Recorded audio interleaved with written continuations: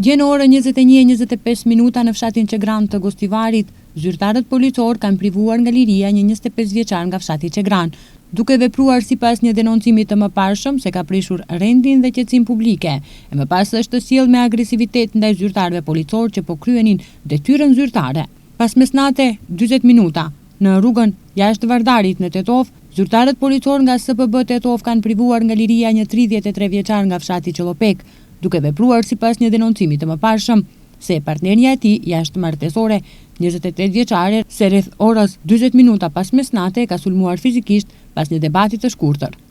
Sot në mëngjes në orën 4:50 minuta,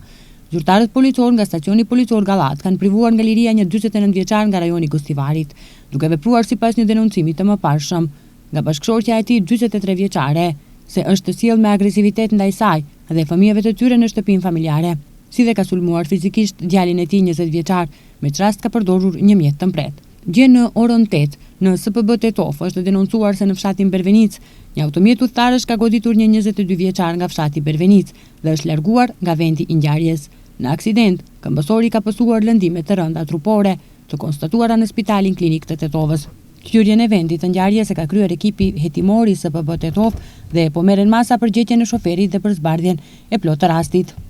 Dje rreth orës 12:20 në SPB Tetov